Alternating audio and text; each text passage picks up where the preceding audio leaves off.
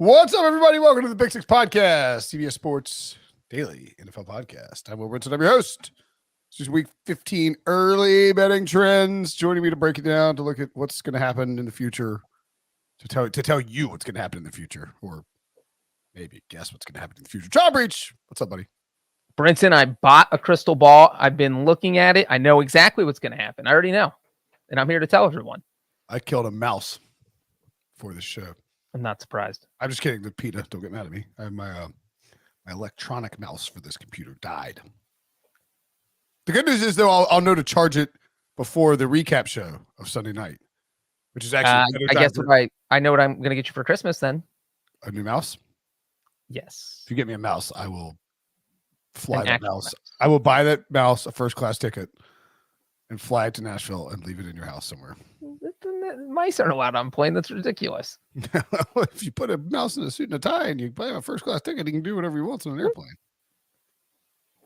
Sir, you can't have TSA pre-check. Anywho, let's talk about, so we got 2 games left, 1.5 games left in week 14, a crazy week. Lots of things that will, repercussions from week 14 will, carry on throughout the rest of the season with some of the crazy stuff that happened. We will recap that all after Sunday Night Football here on the Pick Six Podcast YouTube page, youtube.com/Pick6. In the meantime, Breech, what's your first best bet for week 15? Your first early best bet.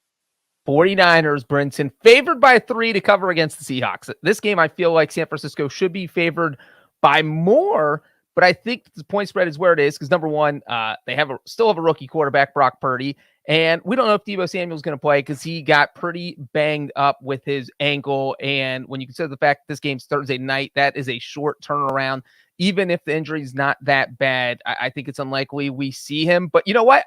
That's fine. If Deebo wants to take the week off to let his ankle heal, I think the 49ers still rolled. They beat the Seahawks by 20 points earlier in the season. The defense is even better now than it was earlier in the season. And Brock Purdy actually looks like a competent quarterback. Competent? It's awesome. And you know what? If the 49ers win this, they clinch the division title. So I think they will be out for blood. They might win by double digits. I love the 49ers in this spot. Yeah, this is the obvious, easy line move of the week, right? And it appears it would have been one of my first picks for the 49ers. Did it go screaming towards the Niners because, as Seattle playing really well, Geno Smith having a fantastic season, almost a slam dunk for comeback of the year, just coming back from. I don't know. He's coming back from. He's not like it's like when he's coming back from like being Geno Smith, but he's not like coming back from an ACL tear or anything like that. Coming back from being Russell Wilson's backup, I guess. It's already 49ers minus 3.5, minus 115, which means it's almost certainly going to go to 4. Once you jump off that 3 number, but it's not going to get to 7. But I wouldn't be surprised at all if it's like 49ers minus 5. I mean, this team, even without Deebo Samuel, like Christian McCaffrey is a freak. Like the dude's insane. And you look at what he does in terms of receptions and where he catches the ball. It does a lot for that offense in terms of opening things up. And Brock Purdy, man, has been unafraid to sling it, looks very comfortable in Kyle Shanahan's offense, good decision maker. I mean, I tell you, that guy can, that guy can, absolutely, operate. Like Kyle Shanahan can make a quarterback work in almost like any situation. What's next for you? Next up is the Cincinnati Bengals favored by 3.5 points over the Tampa Bay Buccaneers. You know what, Brendan? Here's a fun fact. There are only 2 teams in the NFL that have not lost a game since October. Team number 1 is the 49ers. Team number 2 is the Bengals. We saw what the 49ers did to the Buccaneers in week 14. Now Tampa Bay has to turn around and play the other team, the Bengals, in week 15. And look, whenever Tampa Bay has played a good team this year, they pretty much got rocked. And that's because the Buccaneers just aren't a very good team. And so when you look at what the Bengals can do, they can beat you in every way possible. If defense is good, they have weapons. You want to get a shootout, they'll get in a shootout. You want a defensive slugfest, they'll do a defensive slugfest. So the fact that the Buccaneers have struggled against good teams, the Buccaneers are also 0-3 against the AFC North. I really, really, really like Cincinnati in this spot. I mean, I pointed out that Joe Burrow was playing some of the best football. Played some of the best football in the final 4 weeks of the season, final 4 games of the season he played last year, and now he's starting to play the final, I guess, I guess it'd be final 5 games of the season, right? So right. And you could say that Joe Burrow. You could say that Joe Burrow didn't have an elite game against the Bengals or against the Browns, but he had a perfectly good game and he dealt with a bunch of injured receivers. So I don't blame you for that at all. I think that when you look at this Bengals team, I wouldn't want to play him. I wouldn't sure as hell wouldn't want to see him in the playoffs if Burrow gets cooking the way that he did previously. And Tampa Bay, look, man, they're not very good. I mean, I don't know what to say. They got absolutely thrashed. They're plus 3.5 at home, minus 115. So maybe that comes back to 3. I don't think it'll cross back down towards there. I think if anything, it would get closer. It'll grow towards Cincinnati because I don't think they care where they're playing. I think Burrow loves the idea of beating Tom Brady. And, he just likes getting hot in December. The month of December is when Burrow gets rolling. And playing Tom Brady, low total, 42. Tampa can't do a whole lot on offense. Wouldn't be surprised if the Bengals went in there and steamrolled them. What's next for you? Next up, the Baltimore Ravens. Underdogs against the Cleveland Browns. 3-point underdogs? What? Are you kidding me? Have the odds makers watched Deshaun Watson play a single game since he's been back? He's been back 8 quarters. Probably 2 of them. 2 full games. And the Browns have scored 1 offensive touchdown with Deshaun Watson. Brinson, I don't know if you know anything about football, but that's not good. 1 touchdown, 2 games is not good. And look, I know why the Ravens are underdogs here. It's because they're probably going to be down to their 3rd-string quarterback if Tyler Huntley and Lamar Jackson are both out. Huntley obviously injured in week 14 against the Steelers. But you know what? That's why the Ravens were underdogs in week 14 against the Steelers, because everybody said, well, it's their backup quarterback. The backup quarterback can't beat the Steelers. And then, you know what? It wasn't even the backup. It was the 3rd-string quarterback, Anthony Brown. So I think that the Ravens are a better coach team. And I think that if you're going to give me +3 and they're playing a not so great Browns team with a not so great offense right now, I'm going to go ahead and just grab it and run away with it.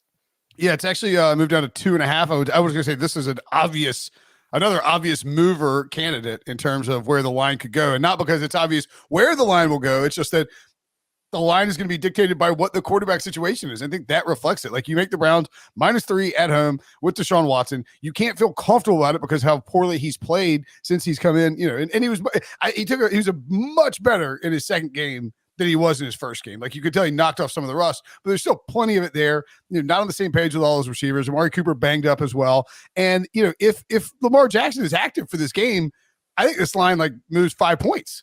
I think the Ravens are favored by 2 if Lamar is active, even though he frankly hadn't been playing that great. And if Tyler Huntley's able to play, it's maybe close to Ravens pick 'em. If it is Anthony Brown, it could shoot up to Browns -4. I mean, I feel like this line, you won't see this line at every sports book that you look at, but Caesars has all the lines up. And I think it's sort of one where it's they don't really know what's going to go on with the quarterback situation. So that will probably dictate the move, right? Yeah, I mean, I think this is more of they think Anthony Brown will be the starter, because I feel like if it was Lamar Jackson or even Tyler Huntley, that the Ravens probably favored. I know you said pick them, but with Huntley, but I feel like they would probably be maybe a 1.5 point favorite. So, yeah. Were the Browns or the Ravens? Ravens. Okay, yeah. Well, I mean, so what are they with Lamar? -4? I think it's minus. Yeah, probably 3. That's 5, 6 points. Yeah, I mean, yeah, but you get the point. The Ravens with Huntley or Lamar, you feel like they're going to beat the Browns. Yes. What else you got? We're gonna finish with the Lions, the Jets in New York. It's a pick 'em. And I pick the Detroit Lions because I'm going to start picking them every week. This team is on an absolute roll. They've won 5 of their past 6 games. They destroyed the Vikings. They would have won 6 of their past 6 games if they could have somehow beaten the Bills on Thanksgiving. They lost that game 28-25 because Josh Allen let a field goal drive down late. So, besides that game, and that game was close. And then you look at what they've done. They've beaten the Giants. The Giants are a good team. That destroyed the Bears. They've just played so well. Dan Campbell has this team ready to roll. They feel like a dark horse playoff candidate. Jared Goff is on fire. Jameis Williams is back in the lineup, catches a touchdown pass against the Vikings. This team has a ton of weapons. The defense is good. I think they can beat the Jets. And if I just get a straight up pick, I am rolling with Detroit. All I can think about when I look at this game and you realize just imagine, all I can think about is Biff Tannen and Back to the Future 2. When he's the old man And he goes up to his old, he travels back. He goes up to his old self. He's like, "Hey, listen, knucklehead. Some crazy old doctor and a kid's gonna come looking for this almanac in 30 years. You hold on to this, you hide it." And he's like, "What are you talking about, old man?" Like, if you would have somebody before the 2022 season started and said that the Week 15 game between the Jets and the Lions is going to have massive playoff implications, like they're looking at you like a crazy old man who came back to the future, was like, "Here's a book that tells you everything about the sports moving forward in the history of the world." So, you'd be like, "No, you're a fool. What are you talking about? That game's not going to be remotely like important for the playoff race, but it's a massive game." The Jets are now, I believe, currently in the 7 spot at 7-6. The Lions are in the 9 spot in the NFC at 6-7. I think this is kind of I think I would have a hard time taking the Jets. And it's sort of a bet, like picking with my heart situation, which is always a stupid idea. Don't pick with your heart, Brinson. Right. Total 47.5. I mean, they're expecting surprisingly a lot of points in this game. I think the Lions get it done too. So I would probably lean towards the Lions, especially because we don't really know what's going to happen with the Jets quarterback situation. If Mike White was starting, would it be Jets -1 or 2? Or is there still a picker maybe? Yeah, it's if let me ask you this: if Zach Wilson is starting, are the Lions favored by 2 or 3? Lions are favored by 19. Right, exactly. So, I mean, the way that Mike White got injured, I mean, multiple.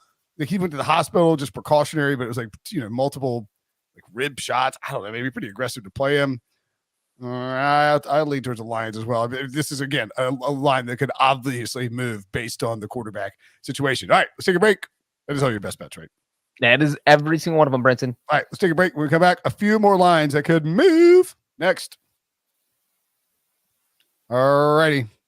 So, obviously you have these situations where when you're doing look at lines, which we're essentially doing right now, where you have a Monday Night Football game between the Cardinals and the Patriots at Cardinals. And you have lines for those teams. Sometimes you don't always get them, but sometimes in this case, we do have a line for the Patriots at the Raiders, which is a pick 'em right now. Now, I think that sometimes, like, the Vegas, like, I don't think they want to make the Raiders favorites in this game. Belichick sort of revenge angle last time he played against Josh McDaniels, coach against Josh McDaniels. McDaniels, beat him. Very awkward handshake at midfield. McDaniels did keep his job. Belichick did keep his job. It did very well. If the Patriots smoke the Cardinals, I think we could see this line sort of shift towards the Patriots. What say you? What if the Cardinals win? Then this could shift towards the Raiders. Yeah, this is just an interesting game. I don't think they want to move it very much either way, just because you have two coaches who so intimately know each other, with Belichick and McDaniels. And just, McDaniels is the guys, I know exactly how Belichick prepares. Don't let him play mind games with you. I know what he's going to do. I know who he's going to try and stop. He's going to try and slow down Devontae Adams. And Belichick's sitting there like, Josh, your offense is so basic and you have Derek Carr running it. I'm going to crush you. Yeah. So, yeah, this one's interesting. Yeah, I mean, it is. It's like, will there be like 40 chests going on, or is Belichick just like this fool? And remember, the Raiders are coming off, we'll have a 10-day break. That's part of why this line is out too. There's no Cardinals. We currently don't have a Cardinals Broncos line. Oh my God, what a thrilling game. If the Patriots win on Monday, that would put the Arizona Cardinals at 4-9, which is the 5-8 for the Raiders. So, I mean, just a really worthless game on a Sunday afternoon between two very disappointing teams with franchises who are too cheap to fire their coaches, or likely too cheap to fire their coaches. I think that would be the one thing. Like, if the Patriots roll the Cardinals, I think you have the Raiders 10 days, mini bye, but the Patriots, a lot of motivation to try to push for the playoffs, whereas the Raiders may not be motivated anymore because their playoff chances went up in smoke thanks to Baker Mayfield's wild comeback on Thursday night. The Rams at the Packers. Baker Mayfield didn't look great the whole game, but he looked great late. Aaron Rodgers not great this season so far. A total of 40. This line is 8. I think that's going to come down below 7. I think that is way, way, way too many points for a Green Bay Packers team to be giving to a remotely competent Baker Mayfield in a Sean McVay offense in prime time. When are the Rams like exciting right now? No. Are the Rams going to score a bunch of points? Hell no. But can the Rams keep it within a touchdown? Yeah, I think so. That's 8 is a lot, man. Yeah, this kind of feels like I'd compare it to the Bills-Jets game week 14, where that one was 9.5, and it just felt like I just feel like the Jets were good enough to not be beat by 10, and that's how I feel about the Rams here. Like, do I expect the Rams win? Probably not. But the Packers should not be favored by more than a touchdown over anyone. And you have Baker Mayfield, who's going to be going in this game with so much confidence after what happened in the Thursday game against the Raiders. He's running this offense that he apparently loves based on what we've seen out of him so far. He's going to have had 10 days to prepare. And the Packers just haven't been out destroying opponents this year. So, yeah, I think they sure have. I do feel like it's going to move toward the Rams. I think you're right. Yeah, I mean, the Packers are 5-8, though, by the way. A win against the Rams, it'd at least make the Packers season a little more interesting if they win on Monday night. So there's still some motivation there. Aaron Rodgers will come to play. He and Baker Mayfield, fun little duel there. The other one I think I'll throw out too is the Eagles against the Bears. Eagles -9 at Chicago, and that may have already moved a little bit. The Bears are on bye. So they've had, maybe an extra week to get, maybe put in a package of plays for Justin Fields, get things healthy. But like the Eagles are a destructive force right now, and they've clinched the playoff bid, and now they're trying to sort of lock down, the division. The Cowboys saved themselves from, complete self-destruction against the Texans on Sunday. They're still 2 games back of the Eagles, with 4 to play. So, take a business trip to Chicago where you just pound the Bears, a team that you can run all over, a team that shouldn't be able to throw all over you because Mooney's out for the season. Darnell Mooney's out for the season. You're asking Justin Fields to do a lot with a good pass rush from Philly. This feels like this could be an absolute bloodbath for the Eagles. And I can see this line getting to 11 or 12 even. Brinson, I thought you were going to go the other way with this, but I absolutely agree with you here. I think that the Eagles, they're going to be all business. Look, they still need to clinch that number 1 seed. They don't want anyone to get near catching them. And the one thing you got to do when you want something like that is you got to beat the bad teams on your schedule. The Bears are not a good team, even though Justin Fields has made them a lot more fun to watch and their brand of football is much more exciting. But it does feel like the Eagles are much more talented on both sides of the ball. And yeah, I wouldn't be surprised if this point spread gets into double digits. Not at all. I think it'll close double digits for sure. The other one that could potentially go even higher. It's already 14, which is ridiculous. 14 on Chiefs minus 14 on the road at the Texans. The Texans gave it their all against Dallas. I could see like a sort of a come back to earth against the Chiefs, who, also trying to chase the number 1 seed. I don't know how high this could go. Like, I don't know what you would need to with the Chiefs to actually like lay the points. But I mean, like, I'm definitely taking Chiefs minus 14 right now. If I'm not taking Texans plus 14 against the Chiefs. So I think that one could maybe trickle up a little bit too as well. Yeah. I mean, I don't think it will trickle up that much. Like, I don't think we'll see it get to 16, maybe like 14.5. So you have the 2 touchdown mark. But yeah, I wouldn't be surprised if it does move a little bit. All right. That'll do it for us. That's the early betting trends and odds and picks and line movements for week 15. Thanks for watching. Thanks for listening. Tune in after the show. Tune in after Sunday Night Football for the recap show. For Breech, I'm Brinson. See you guys later.